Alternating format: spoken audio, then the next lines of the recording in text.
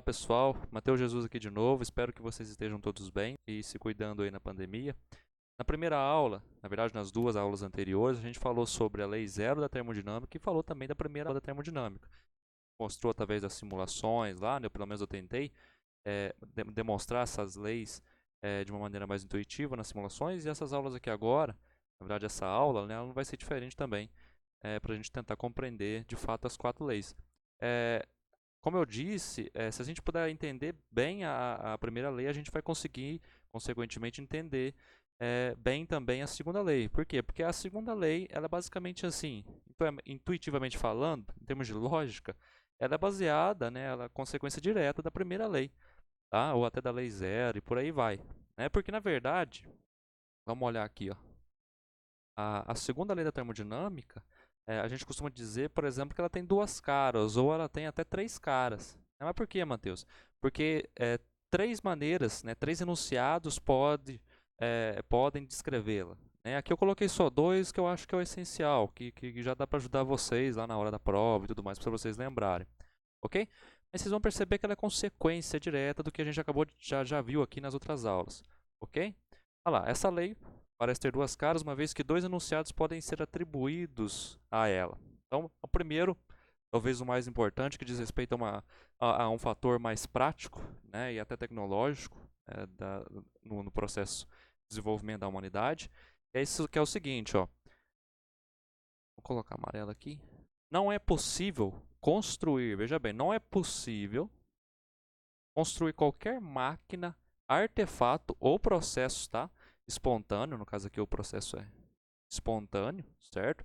Na verdade você consegue fazer, mas só que você consegue fazer o que eu vou falar aqui, porém vai ser um processo não espontâneo, você tem que usar trabalho para isso, né? Então eu digo aqui que não é possível fazer um processo espontâneo que converta totalmente o calor recebido em trabalho final, trabalho prático, ok? Quem disse isso foi o Lord Kelvin e o Max Planck, né? Foram os cabeças ali no desenvolvimento dessas ideias. Ok? Então, assim, basicamente isso a gente já não viu, por exemplo, na primeira lei, porque na verdade a primeira lei ela vai descrever para a gente, né, isso que eu acabei de falar, mas em termos de energia, né, em termos de conservação da energia. Né? Porque, por exemplo, aqui como a gente já viu, ó, a primeira lei ela diz o seguinte, como a gente já viu lá nas simulações, que uma variação da energia interna pode ser dada como calor que é dado ao sistema, né, na forma ali de partículas altamente energéticas, né, que passam essa energia para as partículas menos energéticas, né, na fonte fria, tá? Menos o trabalho, né, que de fato é realizado por esse sistema. Tá? A gente viu isso como funciona a partir das simulações lá. Né? Deixa eu ver se eu tenho alguma coisa aqui. Através dessas simulações aqui que a gente mostrou, lembra lá? Eu vou voltar lá também. Agora eu estou fazendo só para vocês, fazendo com que vocês só relembrem o que a gente viu para poder associar. Então, continuando aqui, ó lá. Lendo aqui de novo, depois a gente vai ver na prática lá. Olha lá.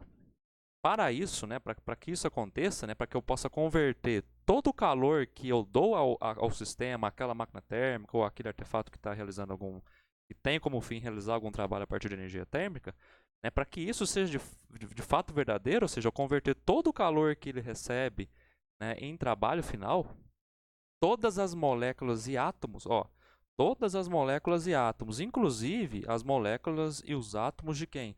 Que formam, né, a própria máquina. Ok? Vocês vão entender isso.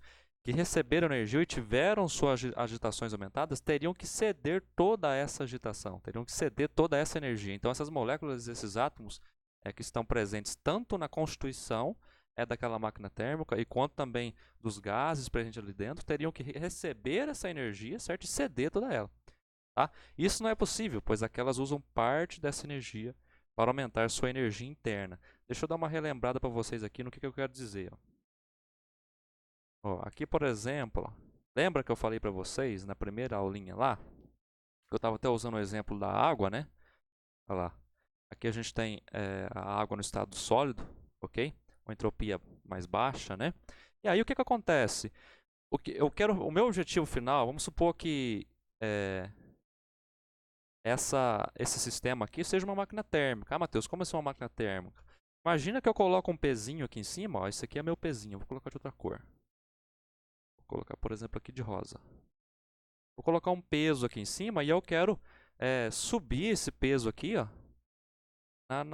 no campo gravitacional da Terra aqui. Eu quero elevar ele aqui acima. Isso é uma máquina térmica, né? Ou seja, a máquina térmica realiza algum trabalho a partir de energia térmica, ok? Como que eu poderia fazer isso? Eu já mostrei nas aulas passadas, né? Eu poderia fazer com que essas partículas, né, a água que está presente aqui, ela se expandisse, né, ganhasse mais energia, ganhasse temperatura, de modo que, expandindo-se, realizasse trabalho aqui, né, e elevava, então, esse corpo acima aqui, não é? Não é isso que eu disse aqui na primeira aula?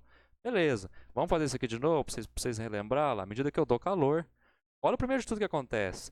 Primeiro, como eu disse na primeira aula, é, o calor que é dado ao sistema lá, ele passa para o quê? Ele passa para alterar a energia interna desse sistema. No caso aqui, energia de ligação dessas moléculas aqui, energia cinética. Lá. Você percebe que elas estavam juntinhas e agora elas estão é, mais excitadas. Então aí já vem a ideia de que você já não consegue, por exemplo, todo o calor que você coloca nesse sistema, você já não vai conseguir usar todo esse calor para simplesmente realizar o trabalho sobre esse êmbolo aqui, né? Ou seja, fazer subir esse êmbolo aí.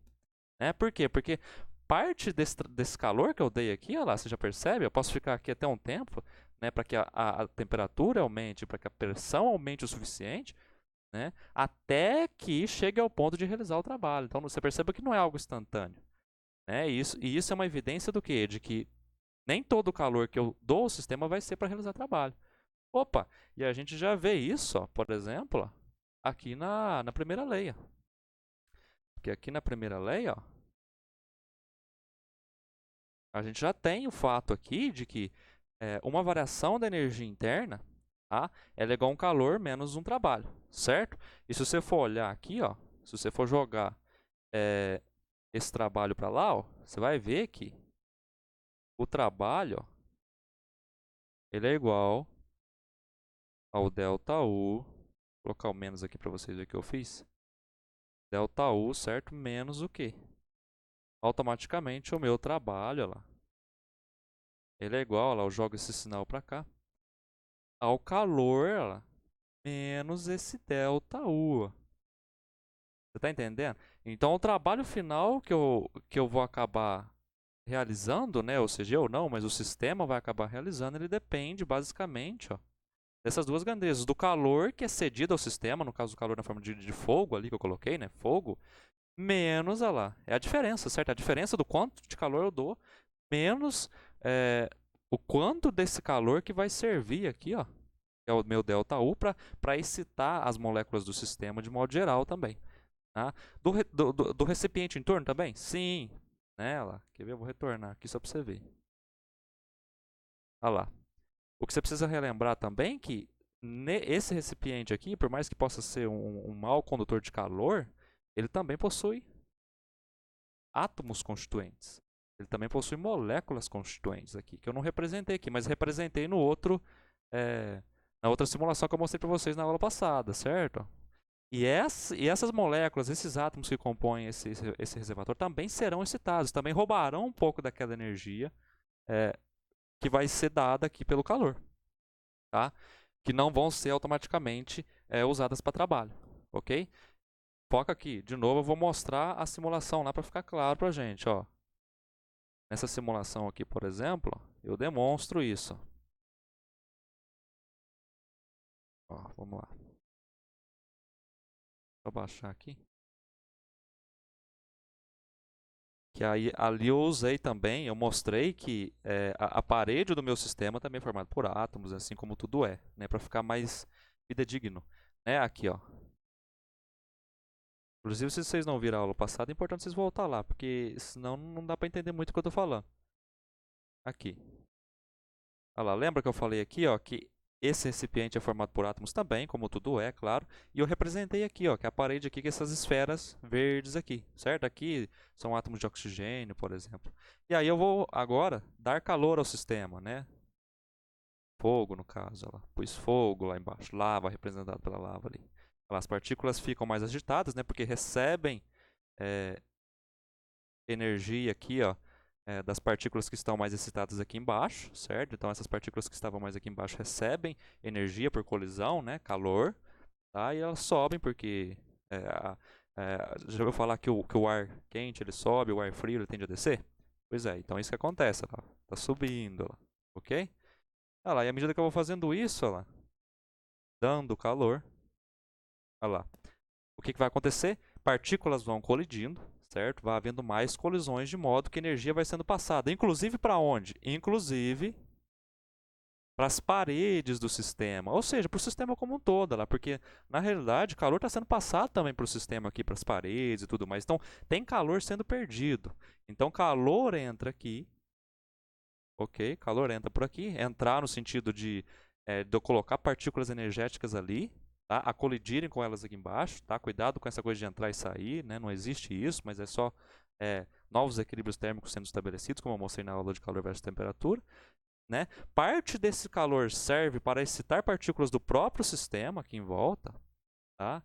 Inclusive as partículas constituintes aqui do meu gás, no caso o gás oxigênio, né? E partes delas vão servir, né? Depois que uma dada energia interna ser estabelecida, a realizar então o que a gente chama do trabalho, né? Lá, eu empurro um êmbolo ali, ok? Empurro alguma plataforma móvel ali. E aí que é o trabalho, ó. Então o trabalho sai para cá. Né? E tudo é Joule, como eu já mostrei na aula passada, tudo aqui é Joule, certo? Então entra um calor aqui. Um certo calor fica para alterar a energia interna do sistema, como a primeira lei já diz, né? E outro calor serve, né? Outra energia, né? Digamos assim, serve para realizar trabalho, que é o que empurrou a plataforma móvel aqui. Tá? Então disso a gente chega na conclusão básica que não tem como você construir uma máquina dessa pensando no seguinte fato, não tem como eu simplesmente jogar calor aqui no sistema, né, dar calor para o sistema aqui, e ele já realizar trabalho instantaneamente. Né? Todo esse calor servir para realizar trabalho. Entende? Por quê? Porque tudo é feito de átomo. Né? E todos esses átomos estão prontos ali para receber colisões, estão prontos ali para receber energia, para ceder, né, ou receber energia. Então não há jeito de eu construir, por exemplo, uma máquina que tenha 100% de rendimento, ou seja, que converta todo o calor que entra no sistema, no caso aqui embaixo, só em trabalho. Mas existem também outros processos que não permitem que isso ocorra. Ok? Então essa basicamente é a segunda lei da termodinâmica. Certo? Não é possível construir qualquer máquina térmica, qualquer artefato, qualquer processo, pelo menos espontâneo, que converta todo o calor que recebe na forma de trabalho. Essa é a segunda lei da termodinâmica. Olha aqui, ó o meu sistema esperando aqui, ó. Realizou trabalho? Não, por quê? Porque eu tenho que ficar dando calor, ó. Eu preciso ficar dando calor para que, como eu mostrei na aula anterior, alterar a energia interna do meu sistema, certo? Causar um ΔU aqui dentro, né? Variações de energia interna, para ir, então, fazendo com que eu chegue a um tal ponto energético que é aí que eu possa realizar trabalho, que aí o sistema está pronto para realizar trabalho. Né? Então, juntando todos esses fatores, a gente conclui que não tem como. De todo o calor que eu estou dando aqui, ó, todo o heat que eu estou dando aqui, sirva apenas para realizar trabalho. Né? Porque o trabalho ele vai acontecer depois. Ó. À medida que eu vou colocando mais partículas no meu sistema, ó, né? Para ele realizar o trabalho, eu preciso fazer muita coisa, eu preciso gastar muita energia, ou seja, eu preciso dar muito calor ao sistema para isso acontecer. Né? A gente viu na primeira lei que isso pode ser quantizado pela conservação da energia, né? Não tem muito segredo. Olha lá, então veja bem, está demorando, já não tem mais, né? Então eu estou batendo aqui nem tem mais, olha lá, preciso dar calor. Olha lá, preciso ir alterando a energia interna do sistema, preciso ir dando energia, acima de tudo, para essas moléculas de água aí, né? Alterando a energia interna entre elas ali, para depois o trabalho acontecer. Então é um processo assim que não tem como você fazer, convertendo todo esse calor que eu dou para realizar simplesmente o trabalho lá em cima que vai acontecer agora, no overload. Tá entendendo a questão? Como é que funciona a coisa aqui? Olha lá. Então agora foi realizado o trabalho. Então depois de um processo, entende? Não instantaneamente. Então daí já sai a segunda lei da termodinâmica, que é essa daqui. Entendido, pessoal? Né? Então não é possível construir qualquer máquina, artefato ou processo espontâneo que converta totalmente o calor recebido em trabalho final. Então, assim, a gente poderia escrever isso da seguinte maneira, que o calor que é cedido ao meu sistema ali, que que é dado ao meu sistema, né, que eu chamo de calor 1, ele pode ser visto como igual, né, tudo é Joule aqui, então eu posso igualar, fazer isso daqui, é igual a um calor 2. Que calor 2 que é esse? É a fonte fria, né, a tal fonte fria, né, que é o calor que vai ser dado para a fonte fria. Né, por exemplo, que é a parede, lá viu que eu mostrei nas simulações que os átomos das paredes eles recebem parte do calor que é cedido, né, tanto as paredes, né, o sistema como um todo, né, também como as moléculas e as partículas que estão dentro ali do sistema, né, recebem parte desse calor, tá, que é esse calor aqui, que é o tal calor que vai para a fonte fria. Tá? Mas, né, o trabalho, tá? Porque o calor que não foi para cá, para fazer isso daqui, como eu falei, para ir para a fonte fria, vai para realizar trabalho, né, para expandir o êmbolo, né, para fazer subir o êmbolo, né, e quebrar as portinhas lá do sistema e tudo mais. Ok? Ah, Matheus, mas isso aqui é muito parecido com o que a gente já viu, ó. Ó, vamos subir aqui, deixar aqui, ó. Olha lá, muito parecido com a lei da termodinâmica, não é? Lembra lá que quando eu isolei o trabalho, ó, o que deu aqui? Ó, vou colocar aqui. Não deu isso aqui, ela? Calor menos o ΔU. Olha lá, agora isola o trabalho aqui para vocês verem. Ó. Trabalho é igual ao calor que é cedido, né, menos o calor que é usado para a fonte fria. Tá? Olha lá, se você ver aqui, ó, se você perceber, né, esses dois aqui são iguais, ó, você perceber, ó, você tem uma noção maior dessa diferença de calores que ocorre ali, dessa diferença de energia que vai para um lado, vai para o outro. Tá? Olha lá, aqui é o calor que eu dou e que vai servir para alterar a energia interna do sistema. Tá? Que é isso aqui. Aqui é o calor que eu dou também, tá? Igual que é igual a isso daqui. Tá? Olha lá. E aqui é o outro calor que vai para a fonte fria. Então você percebe que, na verdade, o calor que faz a alteração da energia interna é o calor que vai para a fonte fria. Né, olha lá. Esse meu ΔU que vai causar a alteração da energia interna do sistema é esse tal calor que a gente fala que vai para a fonte fria. O que é o Q2. Ó. Ok? É o que eu vou mostrar para vocês na continha lá. É isso falando em termos matemáticos. Certo? Então, basicamente, ó, a segunda lei ela também pode ser expressa dessa maneira aqui também. Né? Mas você entendendo isso que eu acabei de mostrar, não tem muito segredo. Ok? Então, retornando aqui, ó. Opa. Olha lá. E aqui eu também que eu mostrei, né, um dos exemplos que eu representei, ela. Até quando eu mostrei isso daqui, teve uma queda de FPS, ó. Mas vocês perceberam, né, lá. Você tá vendo essas esferinhas vermelhas aqui, ó? São átomos das paredes. Né? Essas bolinhas vermelhas aqui, elas são os átomos das paredes que se excitaram a receber calor dessa fonte quente aqui. Né? Então, aí você já sabe, esse calor aqui que passou para a parede aqui já não vai servir para realizar o trabalho aqui, né? Para empurrar o êmbolozinho aqui. Né? E aqui vocês perceberam que também passou um tempo até que essas partículas se excitassem o suficiente para eu poder também realizar o trabalho aqui. Né? Dando a ideia de que nem todo o calor que eu dou ali, tem toda a energia que eu dou ali ao sistema, ela é transmitida instantaneamente ou diretamente para o trabalho. Ok? Uma maneira da gente representar isso aqui também, ó, é assim, né? Olha lá, é o que eu acabei de mostrar. Então, ó, tem uma fonte quente que dá um calor, tá? Essa máquina térmica recebe esse calor, é, realiza um pouco de trabalho com isso, mas parte desse calor, ó, ele vai para uma fonte fria, né? Como eu usei lá, é a parede, são os átomos que estão presentes ali, tanto no gás, tanto na substância que está dentro dessa máquina térmica, e tanto também os constituintes dessa máquina térmica. Ok? Que está tudo aqui na fonte fria. E a gente pode quantizar dessa maneira. Beleza? Aí existe outra maneira de também pensar isso, que basicamente a gente já viu muito, né? É impossível haver um processo cujo único efeito seja a transferência de calor de uma fonte para outra de maior temperatura. Que é basicamente dizer o seguinte, é impossível de eu passar calor de uma fonte fria para uma fonte quente. Né? A gente viu lá na aula de temperatura versus calor, tá? Que sempre passa-se calor do corpo de maior temperatura, de maior agitação, para um corpo de menor temperatura. Tá? Geralmente eles associam também a segunda lei da termodinâmica a isso daqui. É porque elas estão relacionadas, né? Mas acho que não é necessário relacioná-las aqui, que senão vai ficar muito grande a aula. Tá? Mas basicamente é isso. Se aparecer esses dois enunciados, marca aí no caderno. É a segunda lei da termodinâmica. Mas o que mais aparece? é esse daqui. Ok? Olha lá, o Clausius, um cientista da época, né, que estabeleceu isso daqui, ele falou o seguinte: não dá para passar calor de um corpo mais frio para um corpo mais quente sem que isso altere drasticamente cada um desses sistemas, tanto do corpo frio como do corpo quente.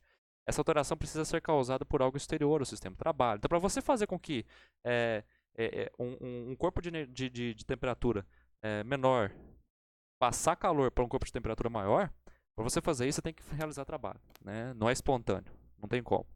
Tá? Então, a segunda lei da termodinâmica ela pode ser expressa por essas duas afirmações. Mas o que mais vai aparecer, quase 100% dos casos, vai ser essa daqui. Tá? Que vai bater, você já tem que saber que é a segunda lei. Ok? Beleza. Então, continuando aqui, ó. Vamos continuar para entropia para a gente entender a terceira lei.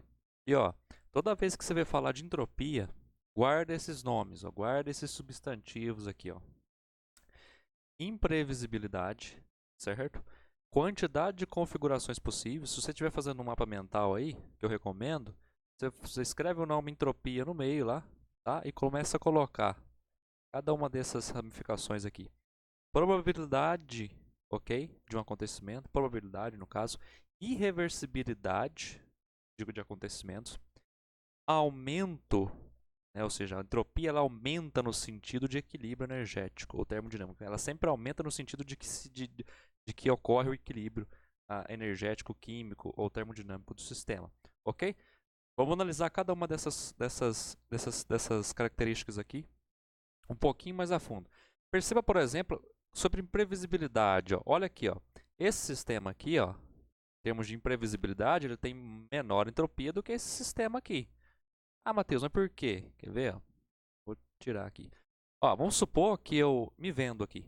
Né? Eu tenho meus olhos vendados e aí me pergunta para mim, aponta na tela onde está as partículas vermelhas.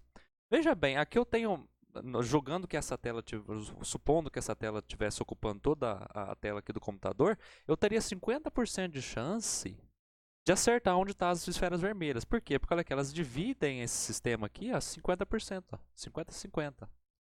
Metade dele tem esferas vermelhas e metade dele tem esferas verdes. Então, a probabilidade de eu meter a mão ali nas esferas vermelhas é 50%, tá?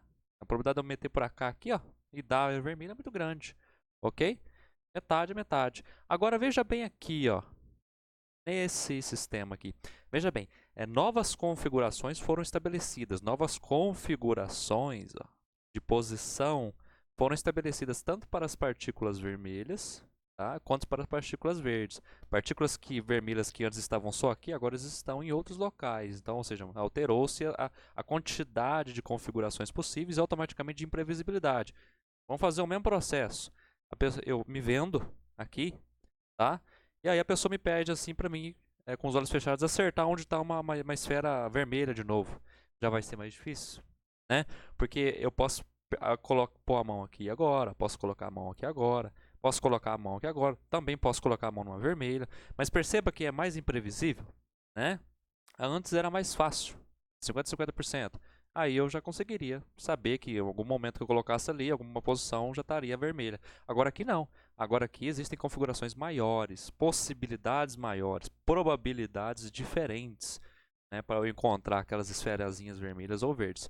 Ok? Certo? Agora vamos tratar de outras características aqui, ó, como por exemplo a irreversibilidade de uma série de acontecimentos. Ok? Vamos aqui, ó, comigo. Nessa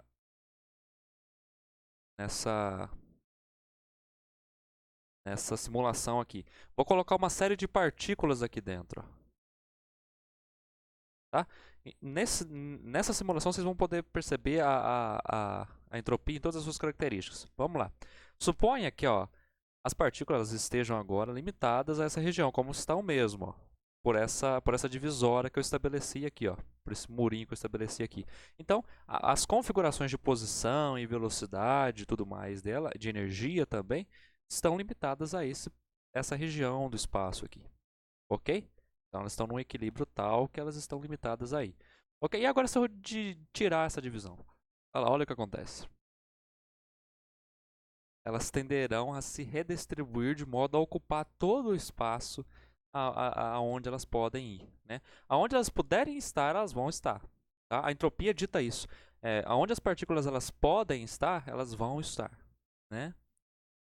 Olha para você ver, ó. Ela se redistribui no sistema de maneira mais homogênea, ok? Agora, vamos falar sobre reversibilidade. Existe alguma probabilidade de que essas partículas agora elas retornem na posição inicial espontaneamente? Ah, como assim, Matheus? Eu não disse que elas estavam limitadas, por exemplo, aqui a essa região apenas, tá? Antes de eu liberar a portinha aqui.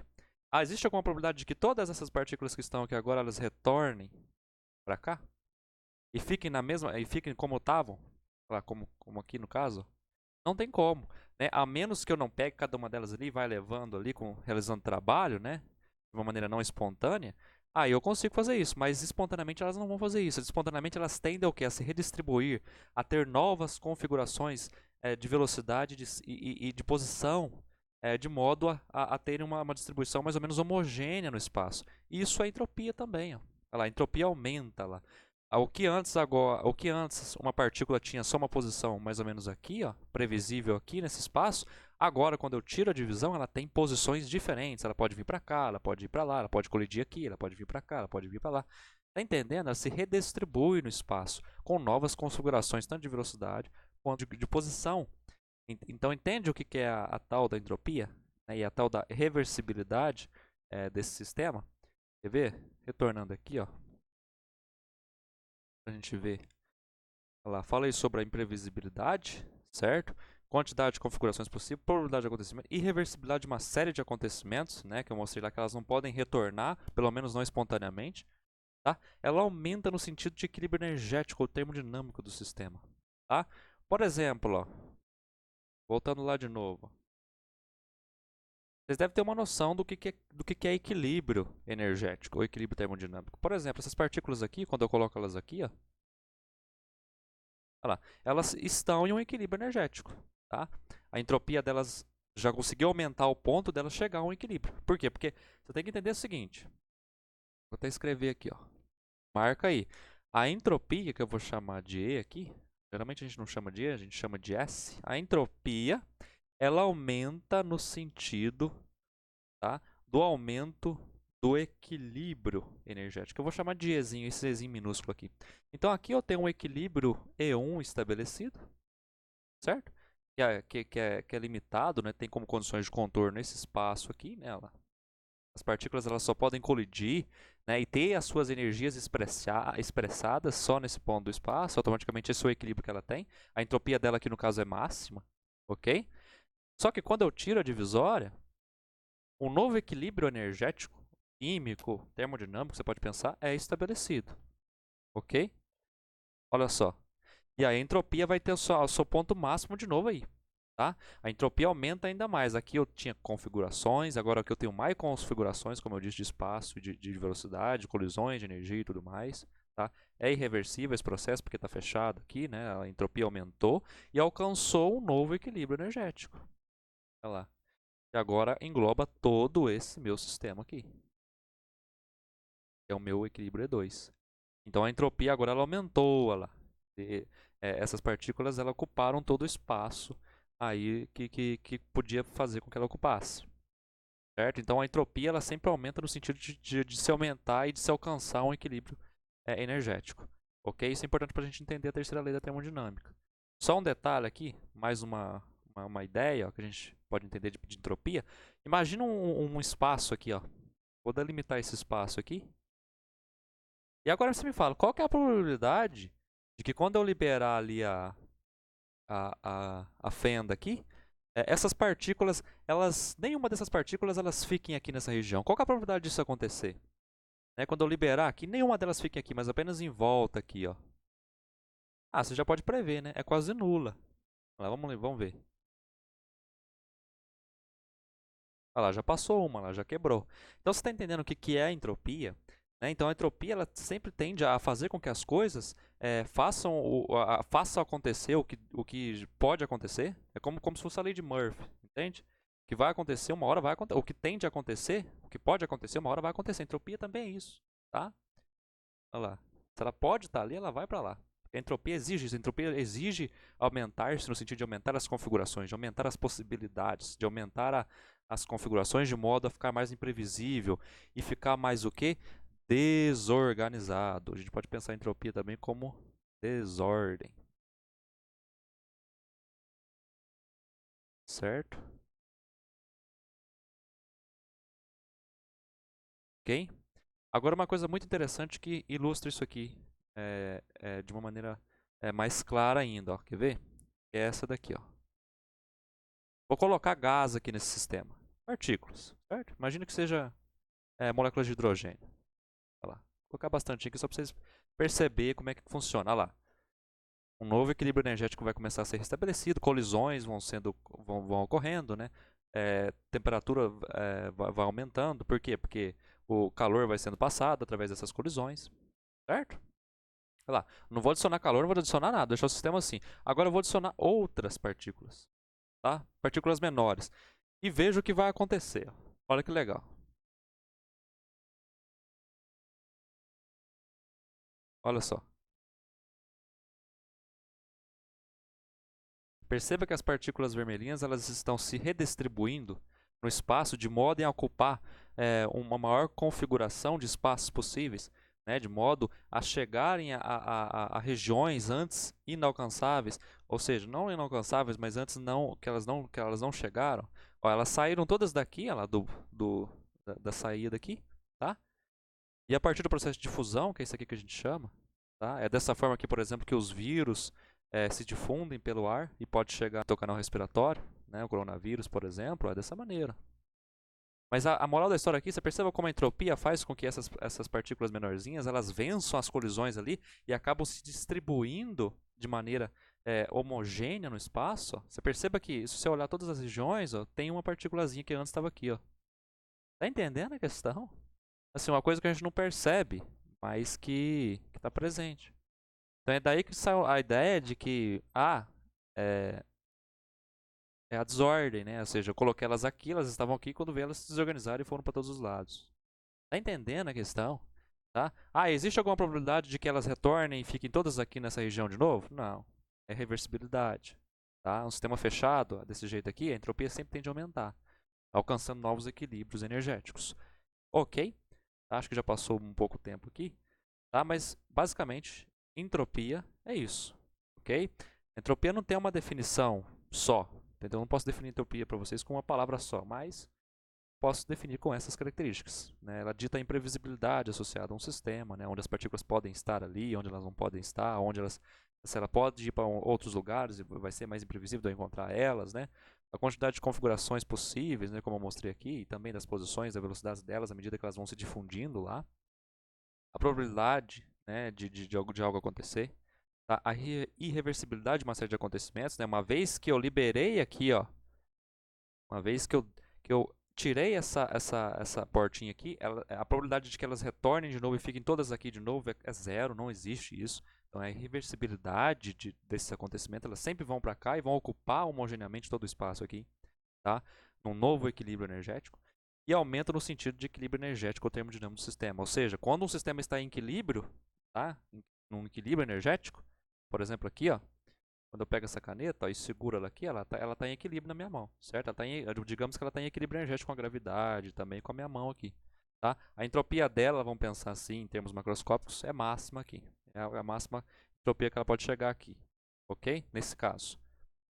Sendo assim, pode ser pensada como a desordem do sistema. Aí a gente usa essa palavra desordem, às vezes, né, de caos, para representar a entropia. Ok? Acho que a partir disso a gente já consegue entender a terceira lei da termodinâmica para a gente finalizar essa aula. Terceira lei da termodinâmica. A terceira lei da termodinâmica ela é mais tranquilinha assim, de se entender. Né? Não tem tanta teoria assim, para você ficar guardando aí, para você ter uma noção mais intuitiva da coisa. Mas assim, vamos ler isso aqui. Então, se a maior entropia de um sistema é alcançada quando se encontra um equilíbrio, né, a gente viu lá que a entropia ela tem o seu máximo, tem o seu valor máximo. Né, a entropia a gente usa a letra S, ok? E ela tem um valor máximo dela quando se encontra em equilíbrio, né, quando tem um equilíbrio energético, um equilíbrio térmico, alguma coisa lá. O que dizer então? Aí eu pergunto, o que dizer então de um sistema que se encontra, por exemplo, a 0 Kelvin? Ah, Matheus, mas o que é isso? O que significa dizer que um sistema se encontra na temperatura absoluta de 0 Kelvin? Ou seja, significa dizer que ele está simplesmente parado. Tá?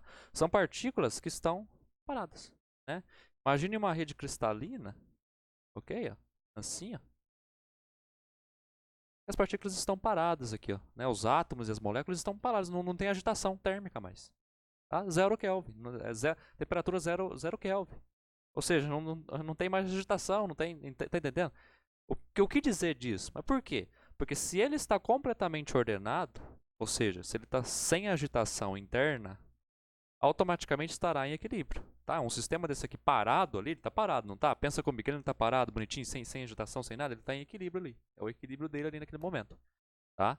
Equilíbrio energético.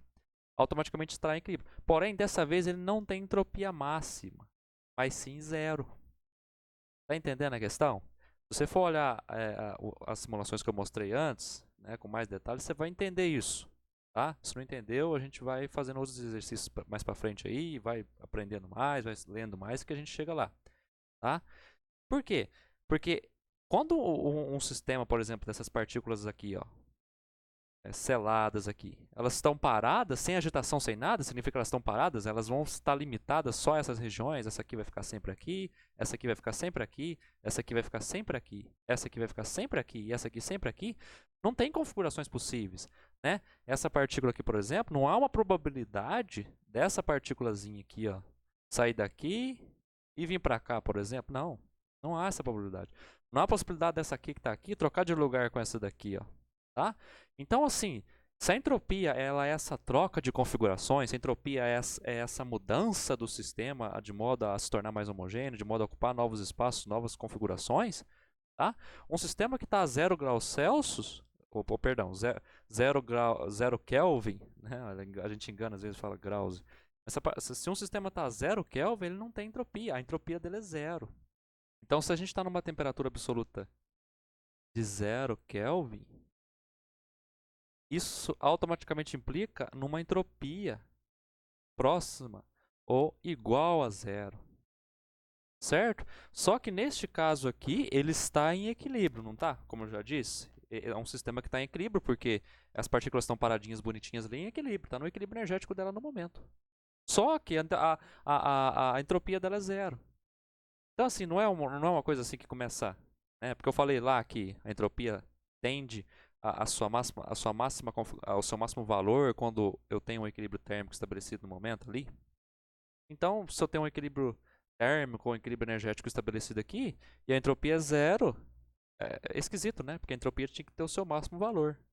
Então, assim, como que a gente sai desse pensamento? Né? Como que os físicos pensam para sair disso, para sair dessa encruzilhada de pensamento? A gente pode responder com a terceira lei da termodinâmica. Tá? Não é possível, galera, não é possível que um sistema alcance o zero absoluto da temperatura. Com exceção dos gases, porque os gases já conseguiram fazer isso. Né? Alguns cientistas já conseguiram fazer com que os gases cheguem próximo dessa condição, ou seja, eles tenham temperatura de 0 Kelvin.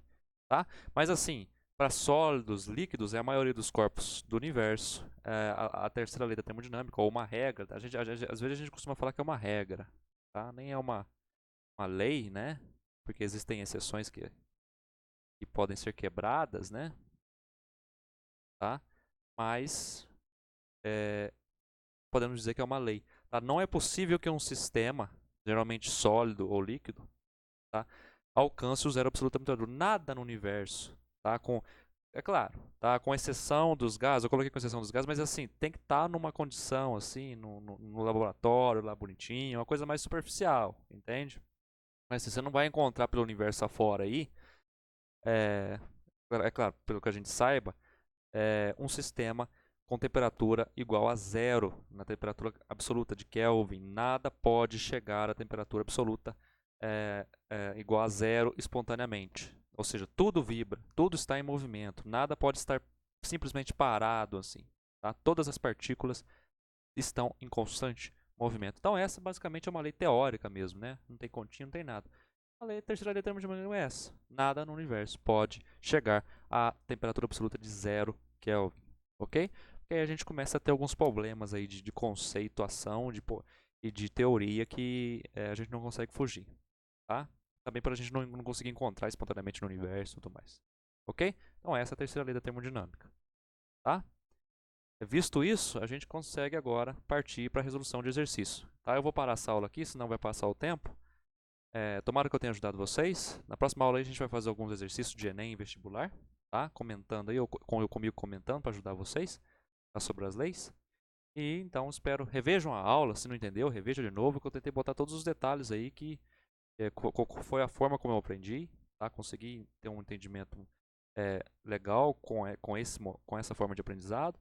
Né? Se não conseguir entender, retorna, vai ler outras coisas, lê outros livros didáticos aí para ajudar. Tá? Não se limitem às aulas aqui. Tá? Quanto mais saber, melhor. Vai te ajudar na hora das provas. Ok? Então, quem assistiu até aqui, obrigado. Tá? Até a próxima aula aí.